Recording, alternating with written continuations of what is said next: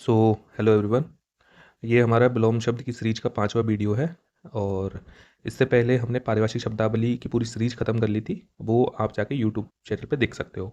और हमारा उद्देश्य है कि हम जो राजस्थान एसआई आने से पहले या फिर विभिन्न एग्जामों के लिए जो हिंदी के टॉपिक्स है, अलग अलग टॉपिक है, उनको अच्छे से पूरे तर्क के साथ समझा समझा के, ताकि आपको क्लास के बाद सिर्फ एक रिवाइज करने की ज़रूरत पड़े। उसके अलावा किसी भी प्रकार की ज़्यादा आवश्यकता नहीं पड़े, आपको ज़्यादा अध्ययन करने की आवश्यकता नहीं पड़े, आपका समय बचे। यही हमारा उद्देश्य है।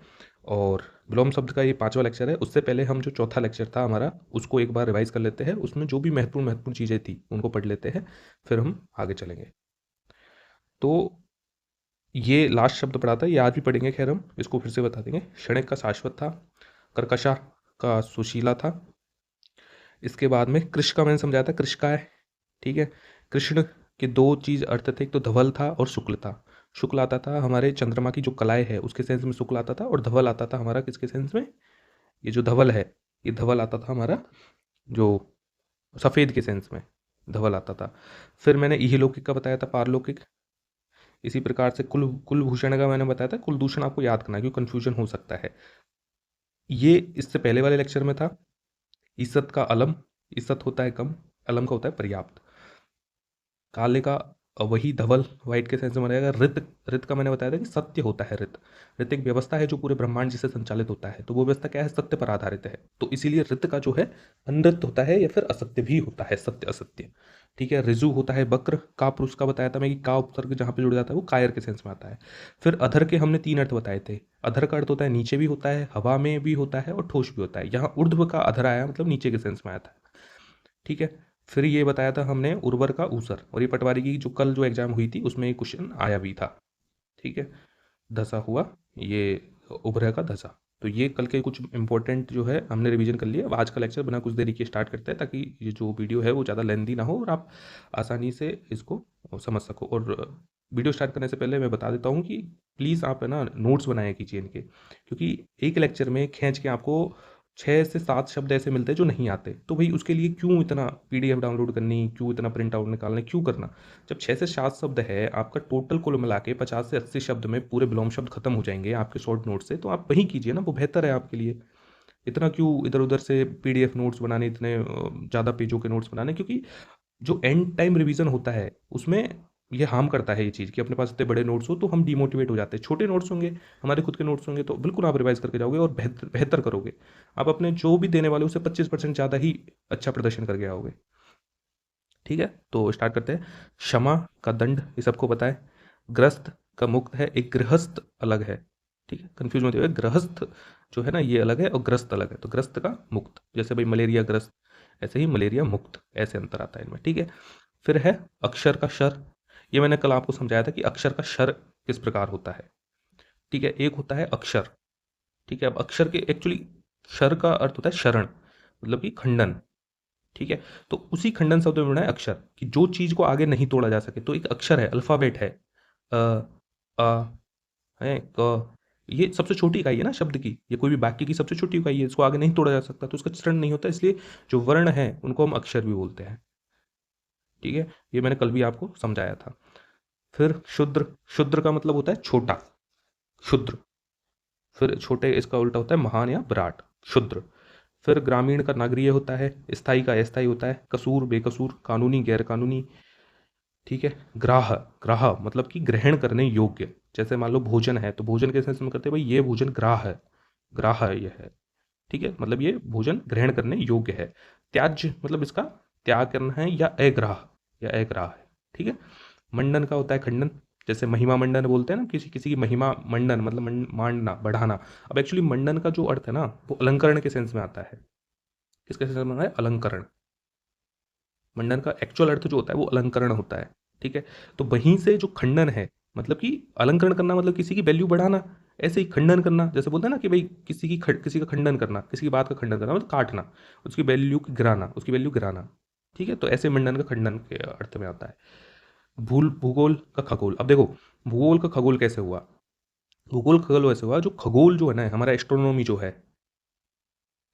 जो एस्ट्रोनॉमी जो है जिसको खगोल बोलते हैं, एस्ट्रोनॉमी का अर्थ एक्चुअली होता क्या है, खगोल। मतलब कि पृथ्वी, और पृथ्वी का जो वायुमंडल है ऊपर का, उसके अलावा जो पूरा ब्रह्मांड है, जितना भी अस्तित्व है, ठीक है, वो सब के सब खगोल आता है। तो पृथ्वी के अलावा जो भी चीज़ है वो खगोल है। तो भाई पृथ्वी के अलावा जो चीज़ है वो खगोल है, तो पृथ्वी का उल्टा क्या हुआ? वही चीज़ जो पृथ्वी के अलावा है, मतलब कि भूगोल। तो ये ऐसे आता है खगोल भूगोल। घटित, अघटित, छितरा, बिखरा हुआ है, इसको घना भी बोलते हैं छितरा, ठीक है। खोटा, खरा, खल, सज्जन, या साधु बोलते हैं। खल, खल जैसे नहीं बोलते खल, जैसे खलनायक बोलते हैं हम, ठीक है। तो खलनायक क्या होता है? विलेन जो होता है उसको खलनायक बोलते हैं। जो एक मूवी में विलेन होता है उसको खलनायक बोलते हैं। तो बस उसका उल्टा क्या है? सज्जन या साधु। घर का हो गया बाहर या बेघर हो गया, ठीक है। खिलना, अब खिलना का कल मैंने आपको समझाया था उन्मीलन, ठीक है, उन्मीलन और निमीलन, निमीलन, ठीक है। ये दो शब्द मैंने आपको कल समझाए थे। उन्मीलन का होता है आंखें खोलना, निमीलन का होता है आंखें मीचना, मतलब बंद कर देना। मीलन का मतलब है आंखों का मूवमेंट या आंखों को झपकाना, ठीक है। तो वही है, तो वहीं से खिलने के सेंस में आया है, खुलना या खिलना, उन्मीलन, ठीक है। घाटे का होगा मुनाफा। एक खाद्य का हो गया खाद्य, घात, प्रतिघात, ठीक है। खींचना, रीचना, देखो ये खींचना और रीचना। अभी खिंचना नहीं है, जैसे हम क्या है सामान्य भाषा में हम बस ये बोलते हैं खिंचना, कि भाई क्यों खिंच रहा है, ऐसे बोलते हैं ना हम आपस में। यदि किसी को चढ़ाना हो तो खिंचाना हो तो ऐसे बोलते हैं खिंचना। तो ये ध्यान रखना, कभी कभी क्या है हमारी जो देशज जो भाषा है वो अच्छी है, अपने अपने को अपनी भाषा पे प्राउड होना चाहिए। अपने अपने तरीके होते हैं बोलने के, उच्चारण करने के, उसमें कोई संकोच की बात या शर्म की बात नहीं है, लेकिन फिर भी जो है ना हमको शुद्ध उच्चारण भी थोड़ा अपनाना चाहिए हमारी भाषा में, ताकि जो है आगे भी जो फ़ायदा हो और हमारा उच्चारण अच्छा हो, भाषा थोड़ी अच्छी हो। जैसे हम खिंचना खिंचना बोलते हैं, लेकिन एक्चुअली खींचना है, ठीक है। खींचना तो कोई नहीं बोलता, ठीक है। इसी प्रकार रीचना है। एक यदि आपने जो बिहारी जी जो है बहुत अच्छे रचनाकार थे, रीतिकाल के जो रचनाकार थे, उसका भी एक दो उनका भी एक दोहा है कि कहत नटत रिजत खिजत। तो वहाँ आता है रिझत खिजत। कहत नटत रीजत खिजत मिलत खिलत लज्जात, भरे भवन में करत है नैनन हुई दो सौ बात। इस प्रकार से कुछ दोहा था, तो वहाँ रिजत खिजत आता है, ठीक है। फिर ये आ गया घोष, सघोष, घोष या सघोष, इनको अघोष बोलते हैं, ठीक है। अब घोष का एक्चुअली अर्थ क्या होता है? घोषणा, आपने शब्द सुना होगा, ठीक है। तो जो घोषणा करते हैं तो क्या है? गूंजना, ठीक है। तो गूंज जो होती है ना, जो आवाज होती है, जो तेज आवाज होती है, तो गूंज होती है, उसी को घोष बोलते हैं। इसलिए वहीं से जो है घोषणा शब्द बना है, ठीक है। तो इसलिए जो कुछ घोष शब्द होते हैं, घोष शब्द मतलब कि जो एकदम जिसपे सांस बाहर निकलती है, वो घोष या सघोष शब्द होते हैं, जो गूंजते हैं एकदम बोलती टाइम। जैसे कि घोष घय, तो घय खुद में घोष शब्द है, ठीक है। फल, निष्फल, खेद, प्रसन्नता, कांटा, फूल, ठीक है। कांटे का फूल, खेद, प्रसन्नता, ये आ गया। खरीद, बिक्री या फरोख्त, जैसे एक शब्द होता है खरीद फरोख्त। जब परचेज एंड सेल्स को यदि हम हिंदी में बोलते हैं तो खरीद एंड फरोख्त बोलते हैं। ये एक्चुअली उर्दू शब्द होते हैं, जिनके भी नीचे ये बिंदी लग जाती है ना, ये उर्दू शब्द हो जाती है। फरोख्त, तो इनमें क्या ऐसे इस टाइप से बोलता है फरोख्त, ख, मतलब ज़्यादा जोड़ दे के बोलता है पहला शब्द, ठीक है। फैलना, सिकुड़ना, खर्च, आमदनी, चंचल, स्थिर, गंभीर, खास, आम, चतुर, मूढ़। अब देखो मूढ़ इंपॉर्टेंट शब्द है, चतुर का मूढ़ आपको ध्यान रखना है कि मूढ़ भी होता है, मूढ़, ठीक है। क्या होता है? मूढ़। खुशबू, बदबू, चपल, गंभीर, चर, अचर, गगन, पृथ्वी। अब अग्नि मैंने बताया था आपको लास्ट टाइम, अग्नि का अर्थ होता है पृथ्वी होता है, इसका उल्टा उल्टा क्या होता है? अंबर या गगन, ठीक है। तो वहीं से आया ये। चल, अचल, गणतंत्र का राजतंत्र, ये एक्चुअली आ भी चुका है, PYQ है ये, बहुत इंपॉर्टेंट। तो गणतंत्र का हो गया राजतंत्र। भाई गणतंत्र क्या होता है? गण मतलब जनता, तो जनता का तंत्र मतलब जनता का शासन, मतलब लोकतंत्र। लोकतंत्र गणतंत्र एक ही होता है। तो लोकतंत्र हो गया। राजतंत्र मतलब राजा का शासन, राजशाही, तो उसका उल्टा हो गया। चिंता मुक्त, चिंताग्रस्त, ठीक है। चिंतित, निश्चिंत, गत, आगत, गत, आगत, गत मतलब जाना, आगत मतलब आना। चिकना, खुरदरा, गमन, निर्गमन, आसन, चिर, अचिर। अब देखो चिर और अचिर, अब चिर अलग होता है। चिर का मतलब होता है मतलब स्थाई, जैसे चिरकालीन, मतलब लंबे समय के लिए यूज होता है चिर, ठीक है, स्थाई के सेंस में यूज होता है। जबकि जो चीर है ना, वो चीरना अलग है। तो खैर ये सब आपको आता होगा, लेकिन फिर भी एक बता रहा हूँ कि कभी कंफ्यूज हो जाए तो इसलिए। गम्य, अगम्य, गम्य मतलब ऐसा ऐसी ऐसी जगह जहाँ जो जाने योग्य हो, गम्य। अगम्य मतलब कि जाने योग्य नहीं हो जगह। गरल, जिसको जहर भी बोलते हैं, तो गरल हो गया जहर। सुधा, अमृत।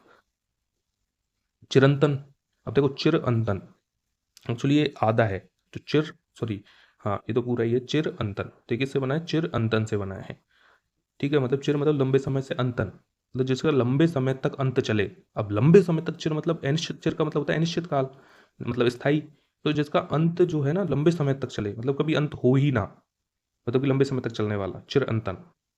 तो मतलब कि उसका उल्टा हो गया क्षणिक या नश्वर। ठीक है। चेतना, मूक्षा। मूक्षा का क्या होता है? बेहोश होना, अनकॉन्शियस होना। तो उसी का है चेतना, कॉन्शियसनेस। तो चेतना को भी हम यही बोलते हैं, जैसे कॉन्शियसनेस बोलते हैं हम। जैसे यदि कभी आपने अंतरात्मा सुना हो कि भाई अपने कॉन्सेंस की आवाज़ सुनो अंतरात्मा की, तो वहीं से है, कॉन्शियसनेस भी बोलते हैं चेतना। तो उसका मूक्षा होता है अनकॉन्शियस होना। गरिमा का है लघिमा। गरिमा होता है बड़प्पन और लघिमा। ठीक है। चोर का साहूकार। अब एक्चुअली देखो, अब नॉर्मली क्या है, अब बना दिया कि भाई साहूकार क्या है, चोर होते हैं, इस तरह से मतलब एक लोकोक्ति टाइप में बना दिया है, तो साहूकार बोलते हैं। तो ये एक चीज़ क्या है, कभी कंफ्यूज भी कर सकती है। बाकी साहूकार का जो है ना अच्छे सेंस में आता था। साहूकार कौन होते थे पहले के ज़माने में? साहूकार होते थे जिनके पास एक तो पैसा होता था, अच्छे व्यापारी होते थे। उसके अलावा वो क्या है, किसी को भी जो है उसके काम के लिए पैसे दे देते थे कि भाई आपका ये काम है तो आप ये पैसे ले लो, और पैसे वापस लेते नहीं थे। लेकिन धीरे धीरे साहूकारिता क्या है, नकारात्मक होती गई। तो इसलिए साहूकार को हमें जो है नकारात्मक शब्द के रूप में देखने लगे। लेकिन एक्चुअलिटी में जो साहूकार जो शब्द है वो सकारात्मक था। ऐसे धनी लोग जो किसी की सहायता करते थे धन के रूप में, ठीक है, उनको साहूकार बोलते थे। चौड़ा, संकरा। गहरा, उथला। छद्म, व्यक्त। छद्म मतलब आभासी जिसको बोलते हैं, शूडो। इंग्लिश में इसको शूडो भी बोलते हैं। तो शूडो का होता है व्यक्त, मतलब कि अपेरेंट। कोई चीज़ प्रकट हो, प्रकट रूप में हमारे पास है तो उसको व्यक्त बोलते हैं। गाढ़ा, पतला। पतले को झीना भी बोलते हैं, ये अगली बार भी आएगा। अब जैसे आपने ये मूवी का तो नाम मुझे नहीं पता, लेकिन अरिजीत सिंह का गाना है जीना जीना जीना रे उड़ा गुलाल, इस तरह से माई तेरी चुनरिया लहराए। तो उसमें ये जो वो आता है ना बीच में, जीना जीना जीना रे उड़ा गुलाल, तो वही वही वाला जीना है। तो जीना जीना जीना रे उड़ा गुलाल मतलब जीना जीना गुलाल, ऐसे बोल रहा है वो। क्या बोल रहा है? जीना गुलाल, मतलब कि पतला गुलाल, बारीक, बारीक के सेंस में आता है। ठीक है। तो अरिजीत सिंह का गाना है, नहीं सुना हो तो आज जाके सुनिए, बड़ा अच्छा गाना है। छली, निश्चल। अब देखो छली मतलब कोई छल करता हो, निश्चल मतलब कि जिसके साथ छल नहीं, या मतलब जो छल नहीं करता हो, बिना छल से, छल के। गुण, अवगुण, दुर्गुण। छूत, अछूत। गुप्त, प्रकट। जंगम और स्थावर। अब ये एक्चुअली जन है, ठीक है, जन गम। ठीक है। अब देखो, जंगम, जन गम, जनता का गमन, मतलब कि एक तरह से जाने के सेंस में आ रहा है। मतलब कोई चीज़ यदि अस्थायी है तो उसको जंगम बोलेंगे। अब कंफ्यूज मत होइएगा, क्योंकि कभी कभी क्या है, हम ऐसे करते हैं कि भाई जंग लग गई किस चीज़ में, मतलब कुछ लोग क्या है ऐसे ट्रिक बनाते हैं, तो वो गलत है। ये मूल शब्द से बना है, जनगम, जनता का गमन। यदि कोई चीज़ मतलब स्थिर नहीं है, गमन कर रही है, तो जंगम होगी। स्थावर या जड़, स्थावर मतलब कि स्थिर है एक जगह। ठीक है। गुरु का हो गया लघु। जंगली, घरेलू, पालतू। गृहस्थ का हो गया सन्यासी, जैसे गृहस्थ जीवन होता है ना, ऐसे सन्यासी जीवन होता है। जटिल, सरल। गेय मतलब कोई चीज़ गाने योग्य हो, उसको गेय बोलते हैं। क्या बोलते हैं? गेय। और अगेय, अगेय मतलब जो गाने योग्य नहीं हो। गोचर, अगोचर।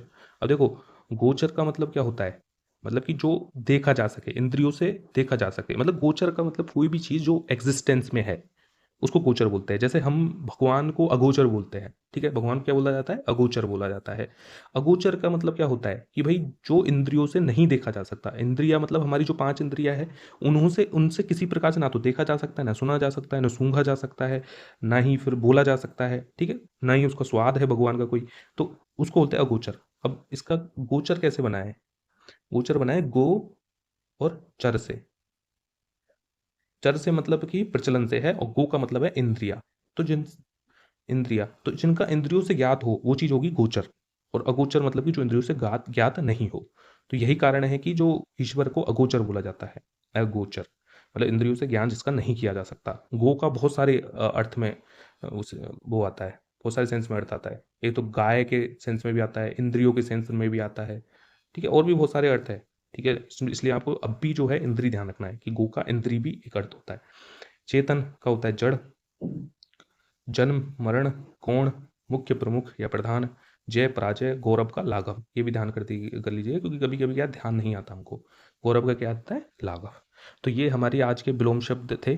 ठीक है। आज हमने 69 विलोम शब्द कंप्लीट किए हैं, और इनमें से खींच के आपको जो है ना 10 या 11 नहीं आते होंगे, ये भी ज़्यादा बोल रहा हूँ, 5 से 6 ऐसे हैं जो आपको अपने नोट्स में लिखने की आवश्यकता होगी। तो प्लीज़ आप उनको लिखिए। ठीक है। और इसी तरह से फिर अगला वीडियो लेके आएंगे, नेक्स्ट वीडियो, जिसमें आगे के जो है विलोम शब्द खत्म करेंगे, और 5 से 6 दिन में हमारे विलोम शब्द खत्म हो जाएंगे। ठीक है। तो आप इनको नोट्स में लिखिए और रिवाइज़ कीजिए, पिछले वाले रिवाइज़ कीजिए। जो पारिभाषिक शब्दावली वाले टॉपिक्स हैं, यदि नहीं देखे हैं तो उनको देखिए। बहुत अच्छे से लॉजिकली मैंने सारी चीज़ों को इसी तरह से समझाया है। आप कोई भी वीडियो उठा के देखोगे तो कोई रटाने की ज़्यादा चीज़ नहीं पड़ेगी। जहाँ ज़रूरत है रटाने की 1-2 शब्द वो बता देता हूँ। बाकी सारे जो है इसी तरह से लॉजिक के साथ जो है पढ़े जाते हैं और यही तरीका होता है असली पढ़ने का। तो ठीक है, ऐसे ही पढ़ते रहिए। मिलते हैं अगले वीडियो में। Thank you.